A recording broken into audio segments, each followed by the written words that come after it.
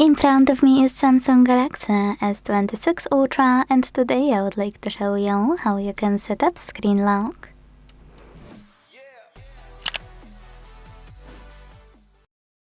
First of all, go into Settings and scroll to click on this section called Security and Privacy.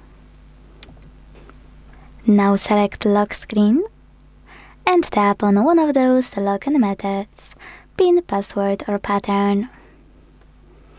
Once you're done, create it, and if you made a mistake, tap on Retry at the bottom left corner and redo it.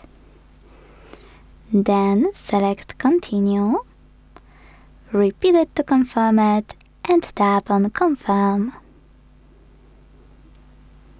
Now you can adjust the lock screen notifications however you wish, and even switch them off at the top. Whatever you decided when you finished, hit Done. So now, when I switch off my screen, turn it back on and swipe up, icons that pattern is required. Thanks so much for watching. If you enjoyed this video, leave a like, comment and subscribe. Bye!